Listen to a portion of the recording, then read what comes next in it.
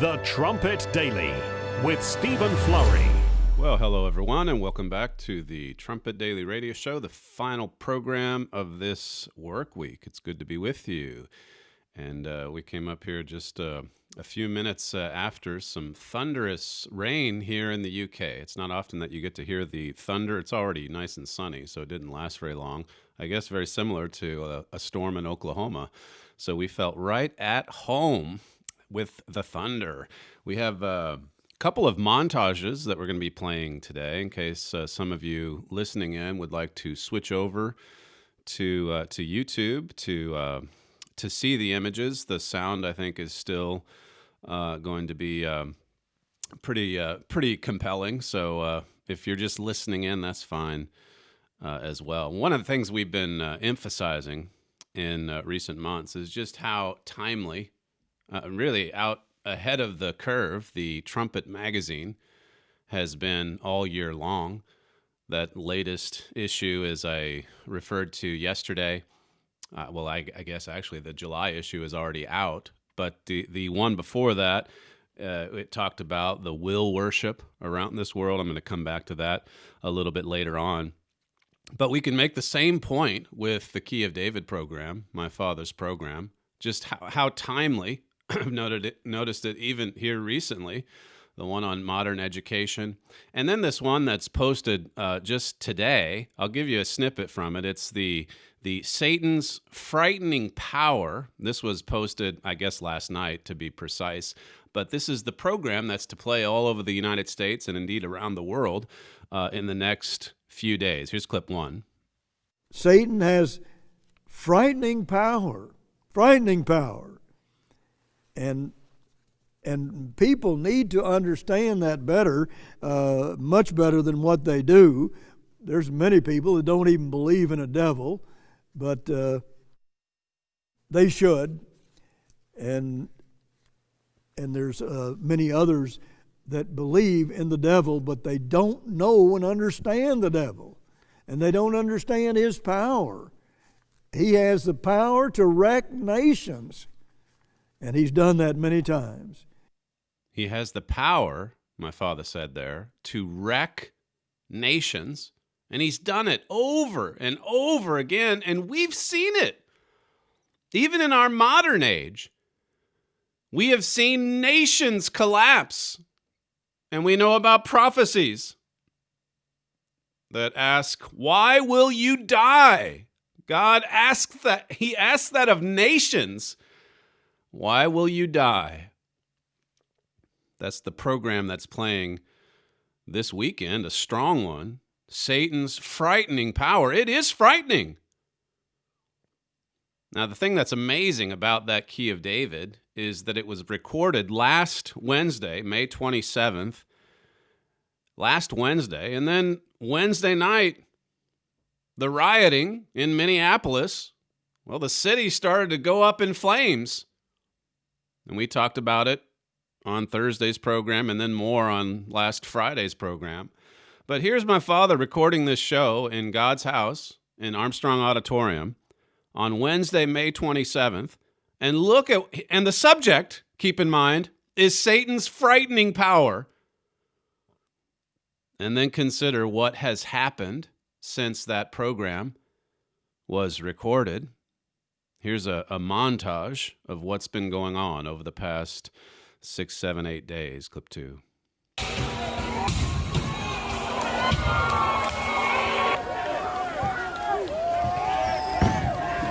Everything is on fire. Everything is exploding.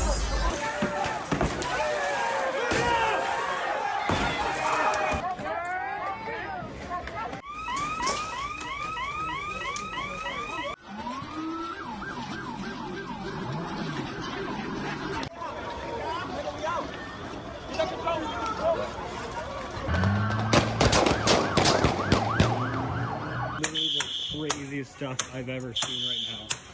This is Target right now.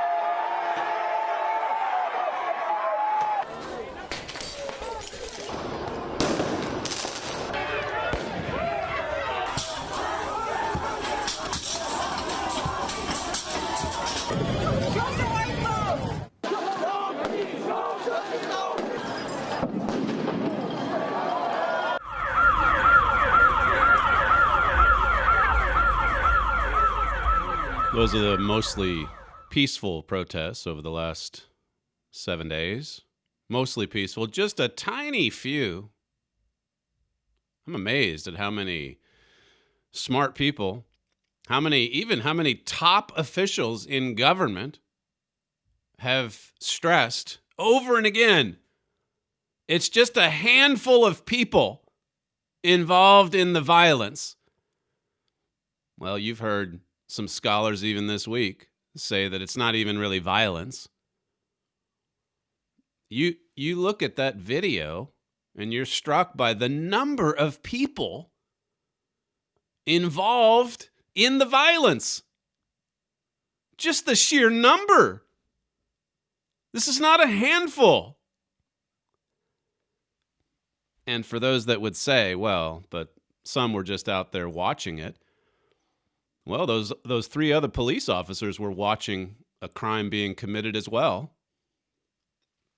And they've now been charged with aiding and abetting second-degree murder and aiding and abetting second-degree manslaughter.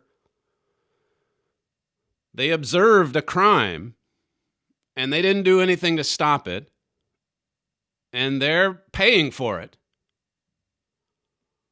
But I guess if police officers, some of the police, as you've heard this week, if you've listened to this program, they've been told to stand down.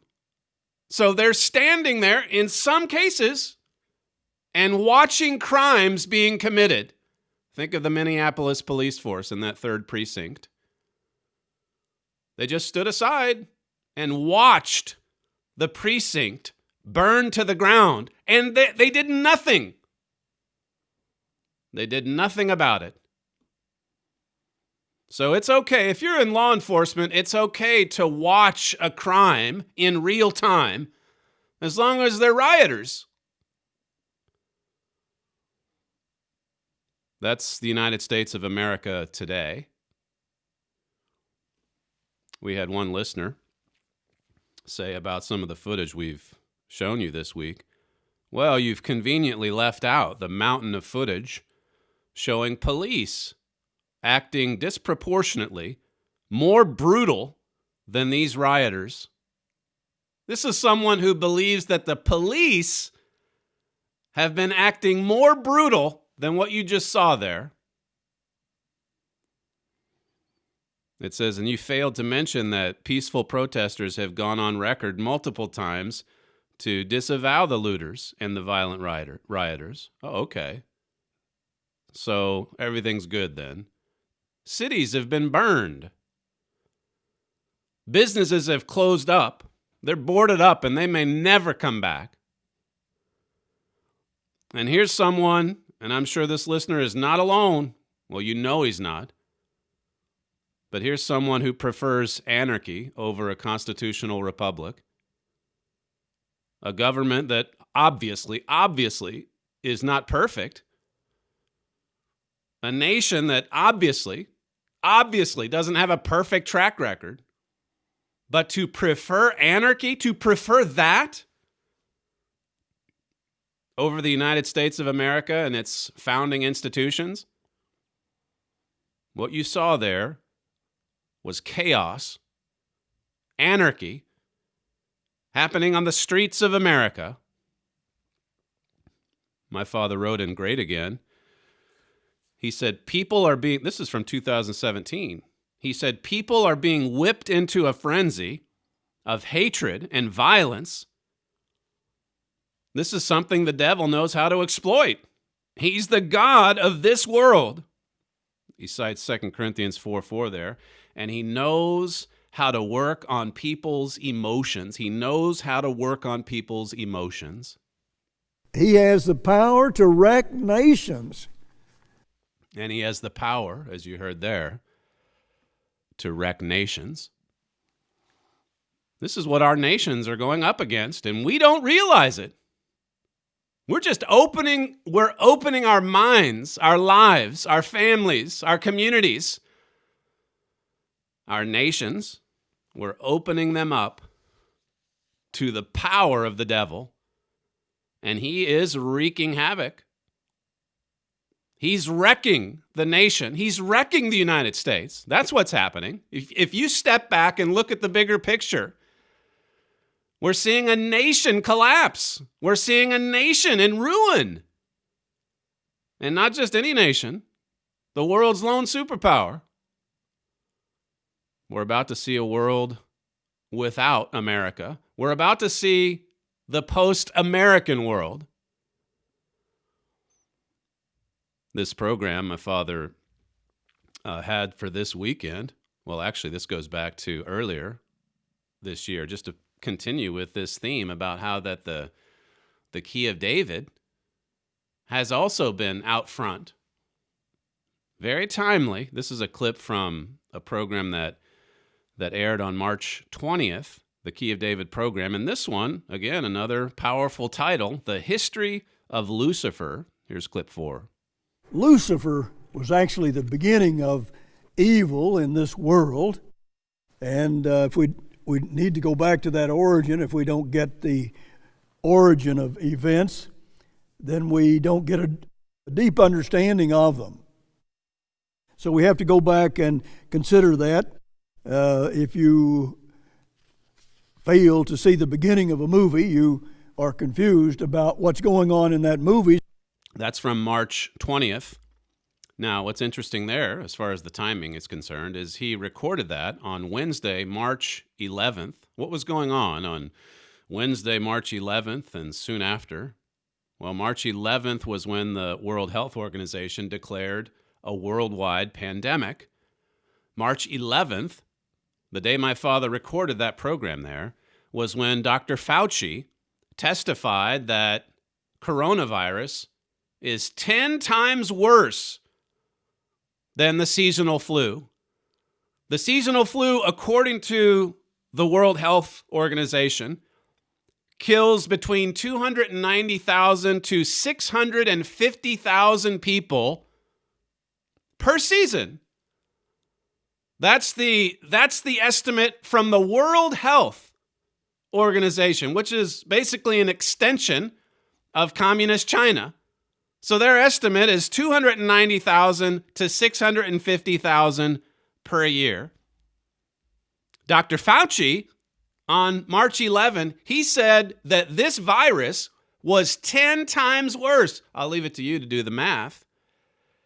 As of this morning, the deaths as a result of COVID-19, it was at 393,000, I believe.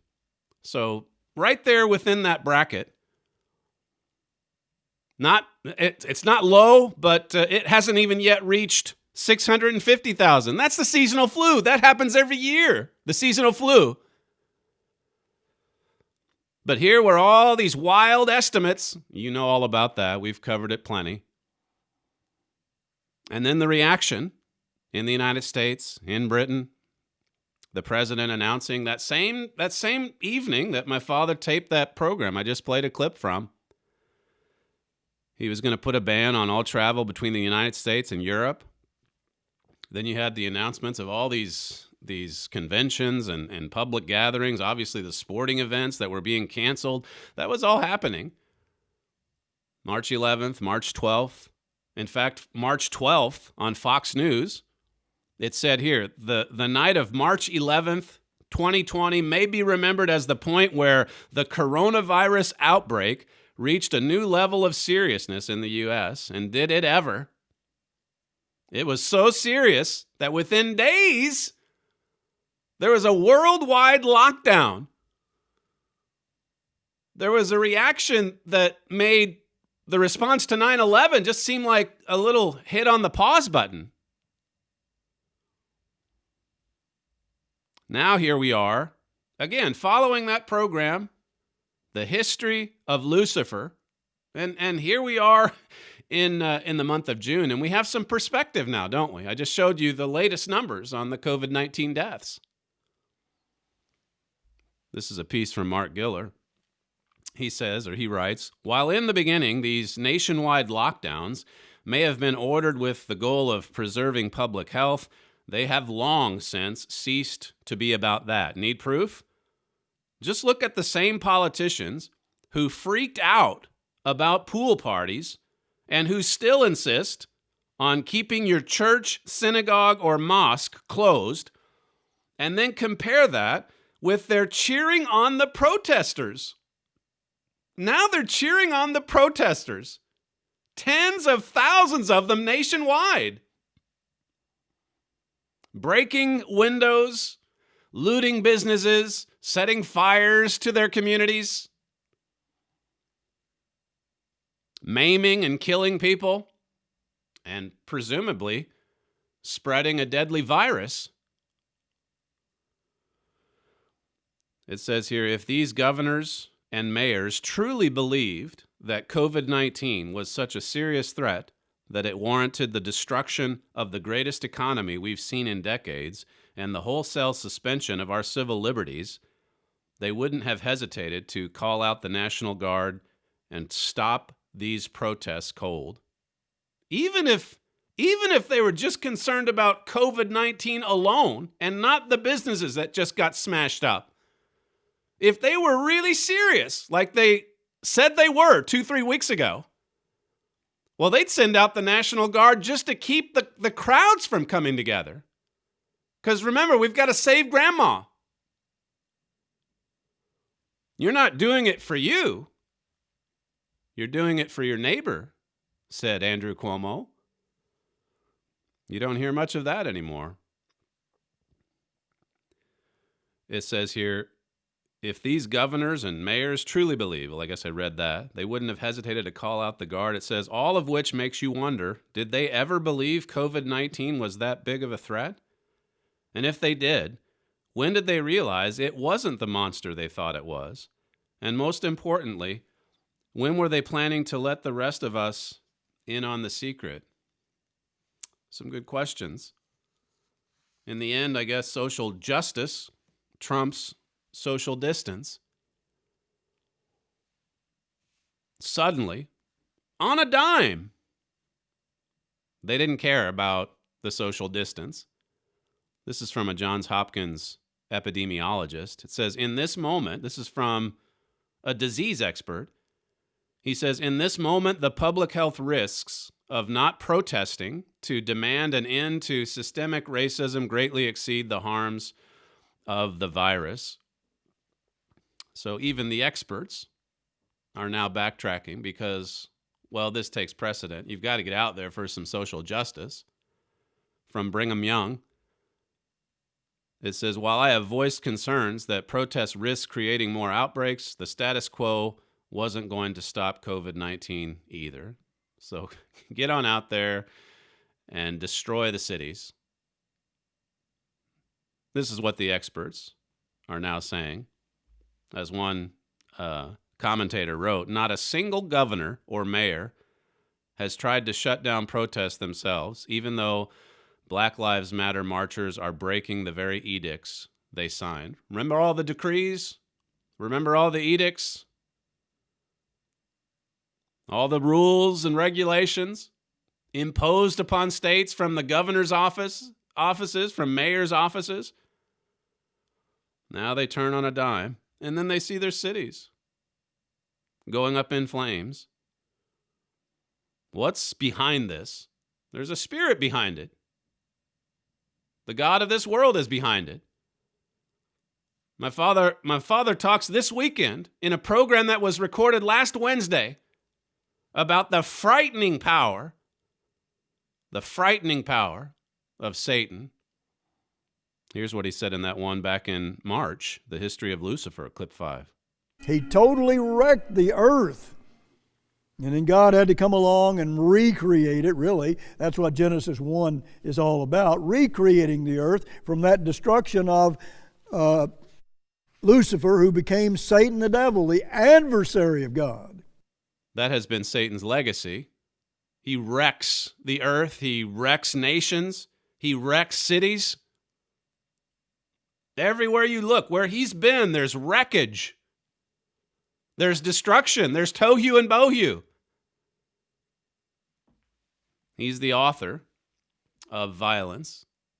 He's the author of murder. He's the author of lying and deceit. In Revelation 12:7, my father brings these verses out in the recent program.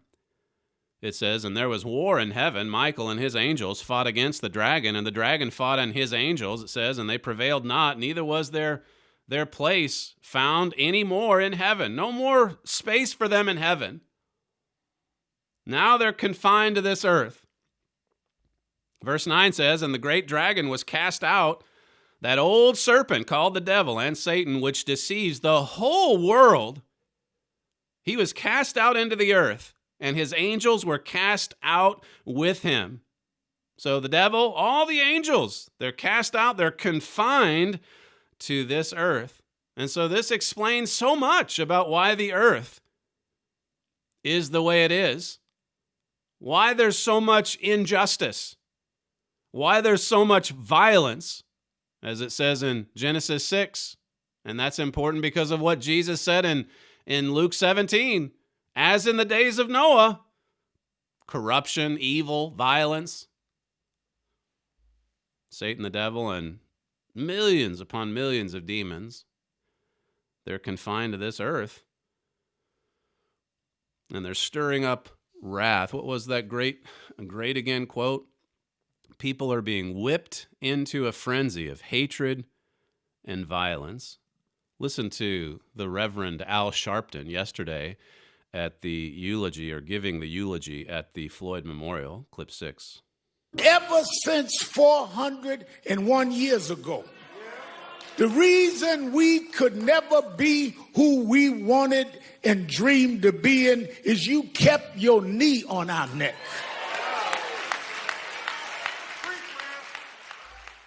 We kept our knees on their necks, so we're to blame.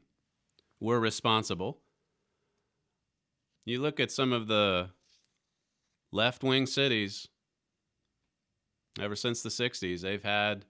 I know that the black community, the leaders, so many of them, they want to make it just strictly a race thing, but it's even bigger than that, as I've covered this week. This is a communist movement, a communist insurrection. And the Democrat socialists have had control over the major cities of the United States for 5 or 6 decades.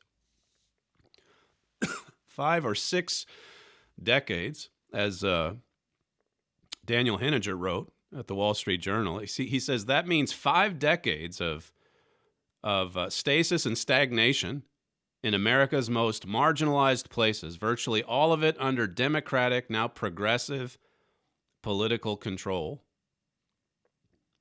That's just at the Wall Street Journal. And so even with swift justice in motion for George Floyd, swift justice going after those 4 police officers, and virtually no justice for the rioters, those that have been arrested, so many of them have been let go, as I said yesterday.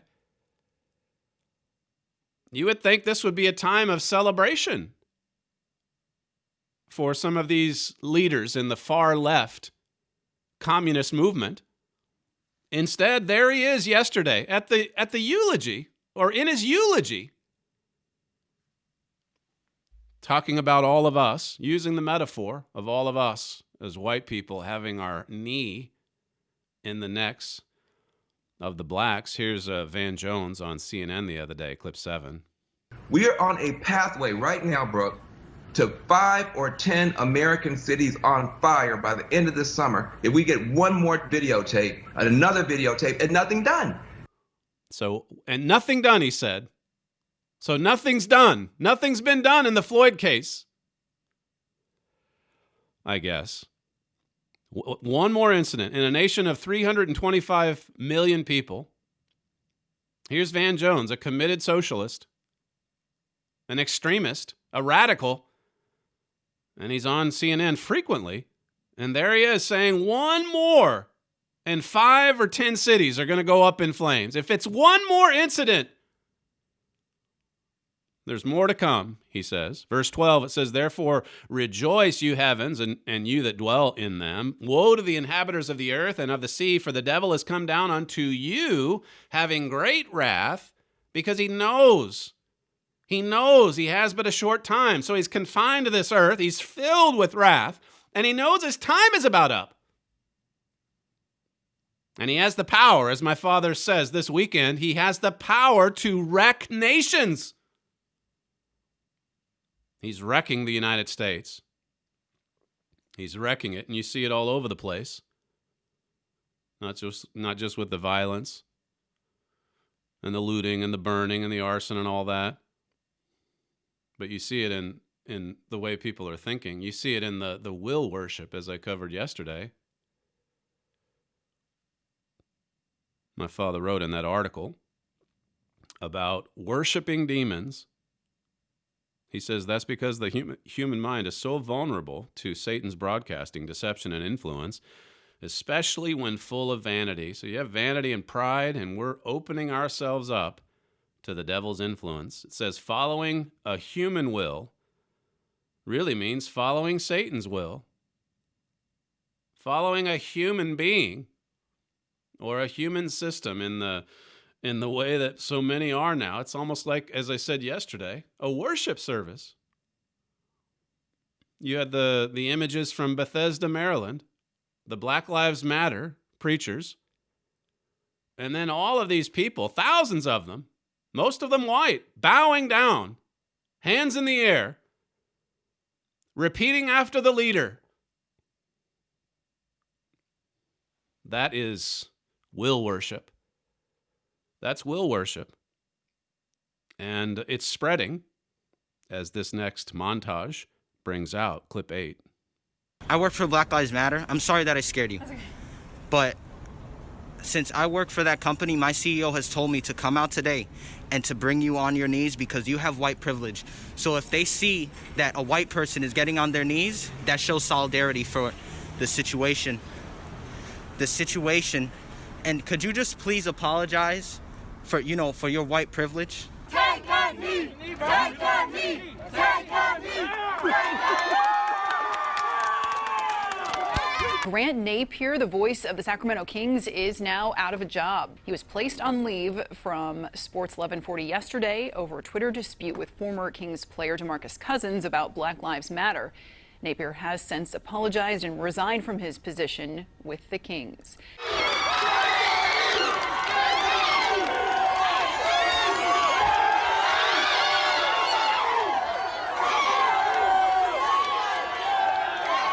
I will never agree with anybody disrespecting the flag of the United States of America. When the national anthem is played and when I look at the flag of the United States, I envision my two grandfathers who fought for this country during World War II. I can't believe you, Drew. What would make you think at this moment, Skip, 8-9 days after George Floyd had lost his life, that you would bring up the military and the flag? Drew Brees did issue an apology this morning on Instagram. But he probably should just go ahead and retire now. It will never be the same. He ain't part of us, bro. Together. He ain't part of us, homie. He for the police. He for the police. He for the police. He for the police. Take a knee. Take a knee. Take a knee. Yeah. Yeah. Yeah. Yeah.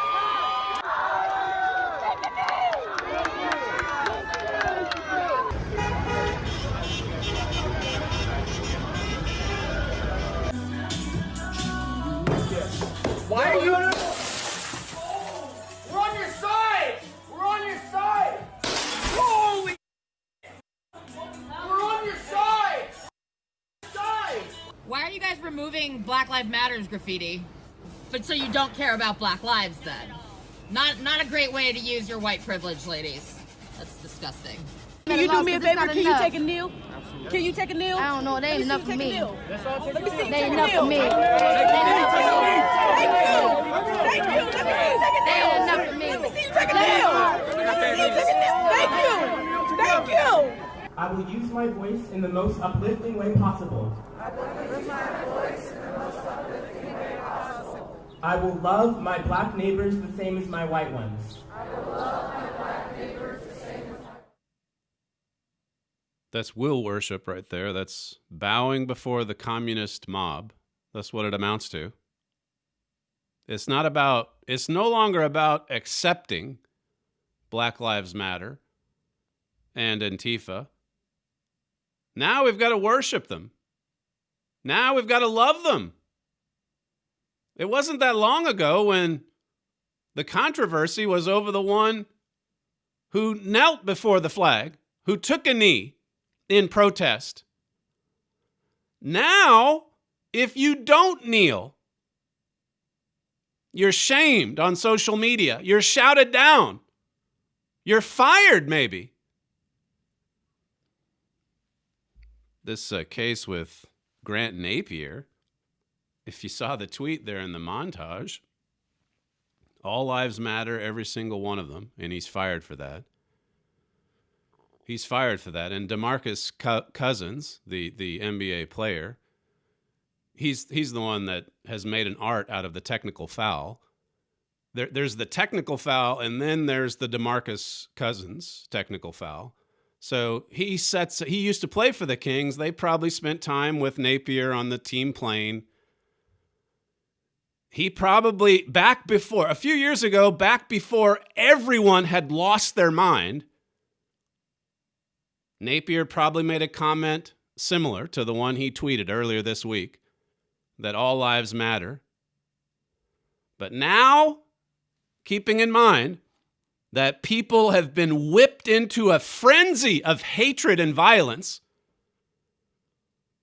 now a tweet like that, he's fired immediately. And then Cousins and all of his friends in the NBA, they have a good laugh. They took him down. We destroyed his career. And Drew Brees having to apologize for saying, I'm not going to disrespect the flag. I'm going to stand. My two grandfathers fought in World War II.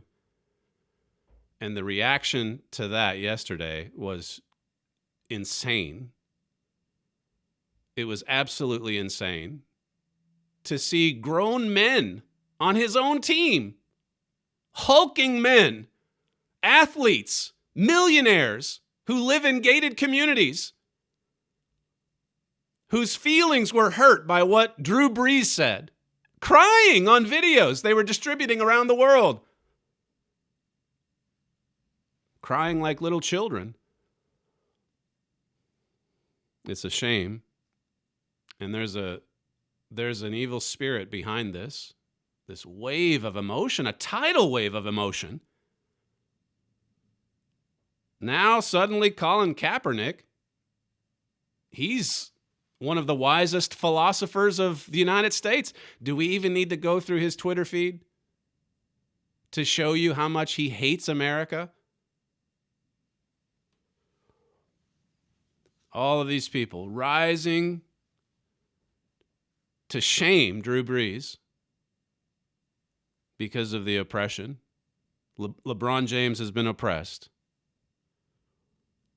LeBron James, I suppose, wants the police to be defunded.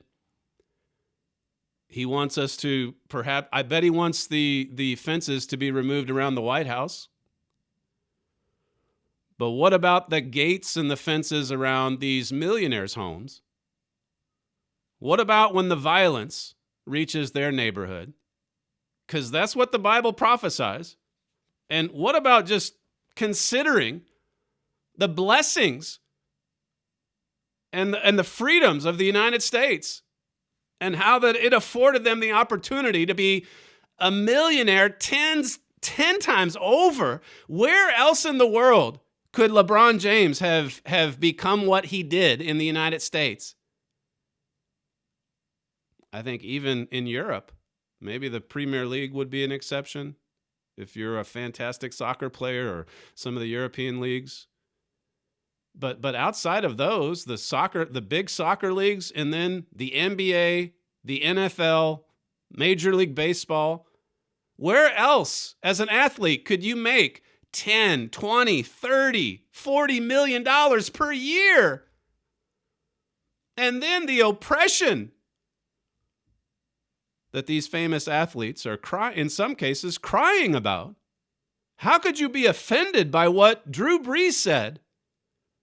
You have your opinion, okay, kneel down, fine.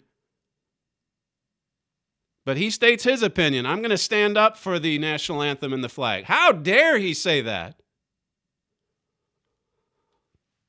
Melanie Phillips, she says, kneeling to surrender British and Western values. I think it was, what's his name? The other commentator that puts out those 5-minute videos quite often. He was saying the same thing. It's really a war over values, Dennis Prager. Kneeling to surrender British and Western values. It's a thing here, too, in the UK. People were out kneeling. 2 weeks ago, they came out on Thursday nights to worship the NHS. Now it's everybody take a knee. It's will worship. We'll bow down to anything except God.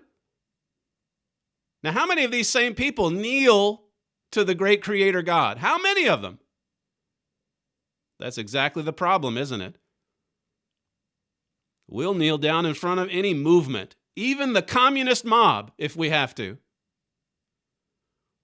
Melanie Phillips says various groups have seized the opportunity offered by Floyd's death to whip up hatred, criminality, and insurrection in pursuit of their aim of overturning Western society, which they claim is incorrigibly bad. This is the plain truth in the 1950s. And now you see it's happening, as I've been covering this week. This is like something you'd read from Herbert Armstrong in 1956. She says here, the hundreds taking a knee on Britain's streets have duly acted as their useful idiots by falling into line, some raising clenched fists behind that utterly malign agenda. And now you've got the video coming out of policemen and reporters running from the mobs in London, chased away, and people laughing, people having fun with it. How much longer before it explodes in violence here in Britain's big cities? You just have to surrender. If the mob says it, you surrender to it. You take a knee. The New York Times has now apologized for running the Tom Cotton opinion editorial. Tom Cotton is a U.S. senator. Tom Cotton is a U.S. senator who's calling for troops to settle things down in U.S. cities. Now the New York Times, because they had people in their own office, they were calling in sick, they were protesting work, they were talking about how that if we don't come out and apologize for this, it's going to put lives in danger. The military coming in to settle down a riot that somehow endangers lives. And so they come out and they apologize for even running this article, this op-ed from the Arkansas senator. Now, I don't think they apologized for the art of propaganda. That was by Adolf Hitler, June of 1941. The New York Times ran it. Hitler, that's a few months before Pearl Harbor. What we, the Taliban, want. I don't have the date on that. It's from a few years back, but they ran that editorial as well, or opinion piece. That's by a Taliban leader. They put in an article in 2013 by Vladimir Putin, a plea for caution from Russia. And then they wrote one, or Nicolas Maduro wrote one in 2014 for the New York Times, Venezuela, a call for peace. And then who can forget another one from 2014, pedophilia, a disorder, not a crime. That was an op-ed piece in 2014 by Margot Kaplan. But how dare Tom Cotton say that we might need the troops to stop the violence and the burning? They've since apologized. We don't want troops in the street. If anything, we want the police to be defunded. Barack Obama the other day in that speech, he talked about how that there needs to be reform right across the board in every local law enforcement area, jurisdiction. They all need reform. And so LA Mayor Eric Garcetti, he came out with an announcement yesterday saying that, hey, we've got some good reform plans for the LAPD, the Los Angeles Police Department. Here's clip 10. And so I have instructed and committed to, in public to that group, that our city, through our city administrative officer, identify $250 million in cuts so we could invest in jobs, in health, in education, and in healing. $250 million in cuts, cuts from the police department in Los Angeles so that the community can heal. So LA can be a better and safer place. This communist mob, years ago it was defund ICE. Now it's defund the police. You heard it in one of the montages. Defund the police. Defund the police. Here we hear they're expected to do better, the police. And so what do? We'll cut the funding and reduce the size of the force, I guess. How is that going to help the city of Los Angeles? How is that going to reduce crime? How crazy is it that when it comes to government spending, everything else is sky high, breaking the budgets, but now because of this, Satan, keep in mind, he's whipping everyone up into an emotional frenzy. And what we need now is for the police, the law enforcement officials, to be defunded. Someone, one of our listeners in Australia, he sent me this front page. It's from the West Australia newspaper, but it's from several days ago. But you can see the cover there if you're looking at the stream. It says, God help America. God help America. Think about what other nations, even Israelite nations, are thinking as they watch America descend into ruin. I happened to hear just a snippet from a talk radio show yesterday, and as it happens, it was an Australian who called in and made a comment. He was talking about the national protests that are planned this weekend in Australia for Black Lives Matter and George Floyd, and how that these protests are organized by Antifa and these radical leftist groups. And then he explained how that these radical groups, and this is not a surprise if you're familiar with Western education at all, but he says that these radical groups have infiltrated all the universities. They rule academia, he said. They run the media for the most part. They're calling for the police to be disbanded. They're calling for the removal of their prime minister, these movements, these groups. And then I wrote down this statement. This is an Australian who was saying to an American presenter or an American personality, he said to him, I'd just like to impress upon Americans that we desperately need you to win this fight because these people are starting to get their claws in and we can't let our cities burn down. He says, we don't have a Second Amendment. Australia doesn't have a Second Amendment. He's obviously talking about how that Americans, ordinary Americans, can purchase guns, can have guns for their individual safety. It's in the amendment. So he's saying, look, we're really pulling for America in this fight because the other side, the communist mob, they're really digging in their claws. Young people today, there was a piece at Breitbart about how that 58% of young, college-educated Americans. They say the riots are justified. These are the educated ones saying that the riots are justified. Nothing wrong with them.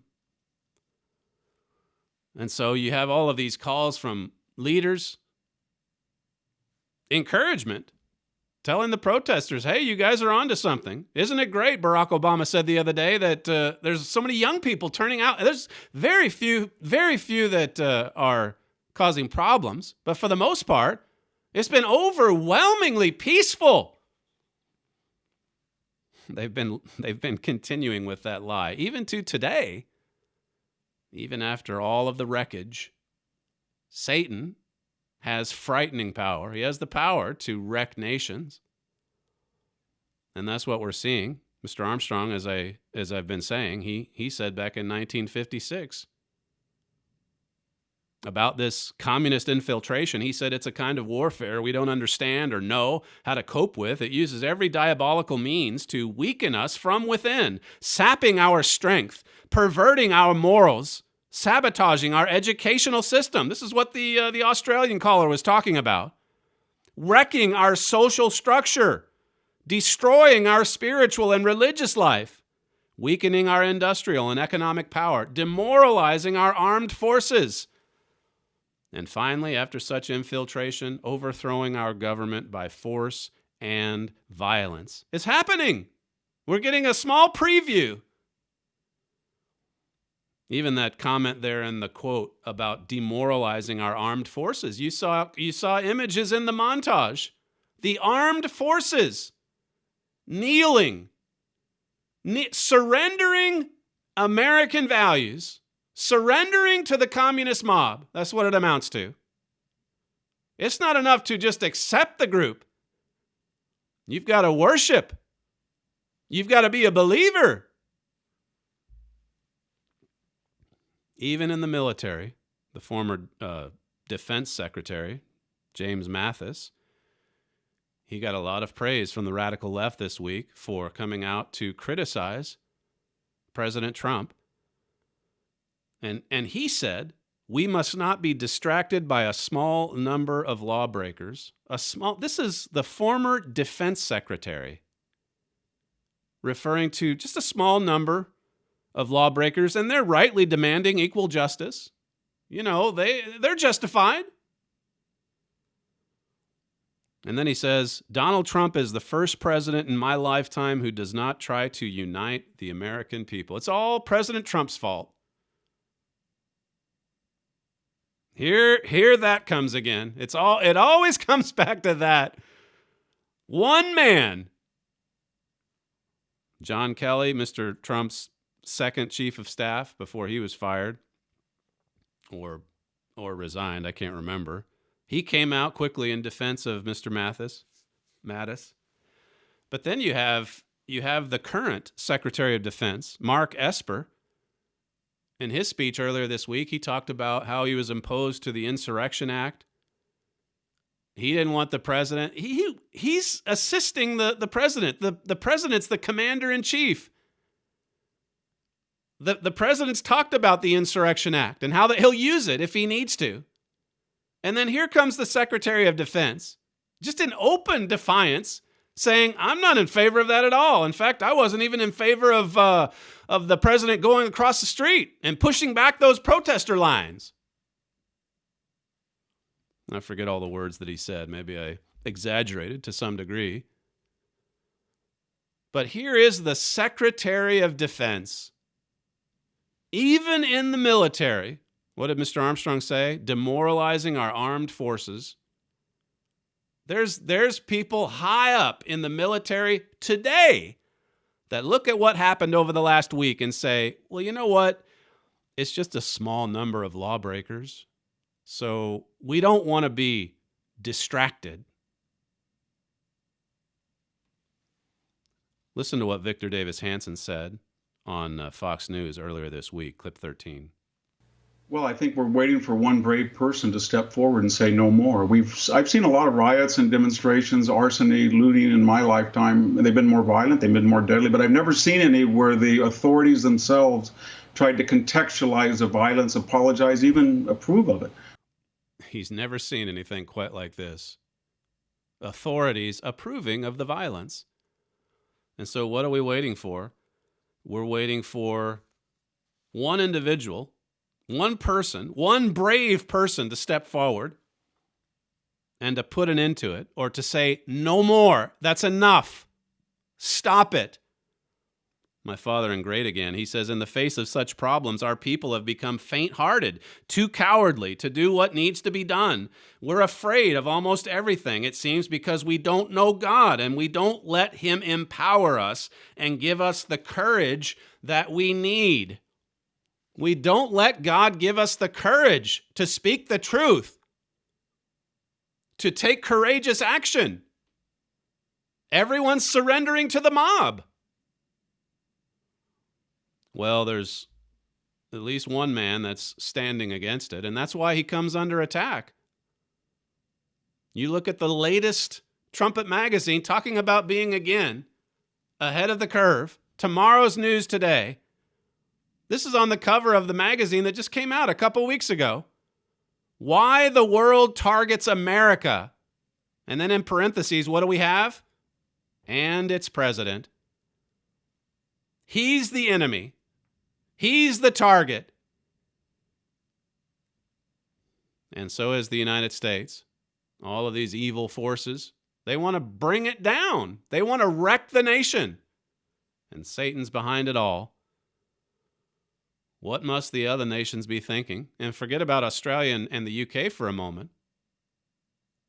What about the Gentile nations who are watching? Germany, we had an article at the Trumpet. Germany's outraged at racist America. Germany's outraged. Well, listen to my father on the Key of David. This is from 2018, a couple years ago. Clip 14. The great superpower of Israel, America, was really very close to collapsing when Mr. Trump came into power. Now that may sound a little outrageous, but it is biblical and it is prophetic, and you can prove everything that I'm saying, and prove it very precisely. Our constitutional republic was on the precipice of a total failure because, well, a lot of people in this country don't like that constitutional republic. He said there about how that may seem, outrageous or outlandish to make such a statement, but look at it today. Look how close we were to total collapse even years ago. And as my father said in that Saving America piece, Donald Trump's proven himself to take a stand where others have not. And boy, the more this goes on, the more you see that he pretty much is standing alone. Now, he's got some good advisors. I don't mean he's just all alone. He's surrounded by some quality people. But even in the military, like I say, there's weakness there. There's no courage. Not as much as there should be, I should say. It's like he said in the Great Again booklet. People have become faint-hearted. Isaiah 1 explains why. There's a sickness from head to toe. And were it not for God intervening to save us temporarily, and that temporarily, it's looking to be not that long. It's not going to be this saving for years and years and years to come. It's just very temporary. In the May 2018 Trumpet article, my father says it's critical that we realize why this resurgence, God himself, is pushing back against the Satan-inspired forces that would have destroyed this nation. He's exposing those forces so we can see them clearly, and he's using a man to save the superpower of prophetic Israel, the United States, temporarily. And he's doing this, we could add, because of his great mercy. It's an opportunity for us to act on this precious truth, to act and to follow in the steps of the great Creator God. You're listening to Stephen Flurry, and this is the Trumpet Daily Radio Show. If you'd like to email the program, you can send us comments, td@kpcg.fm. We'll see you next week.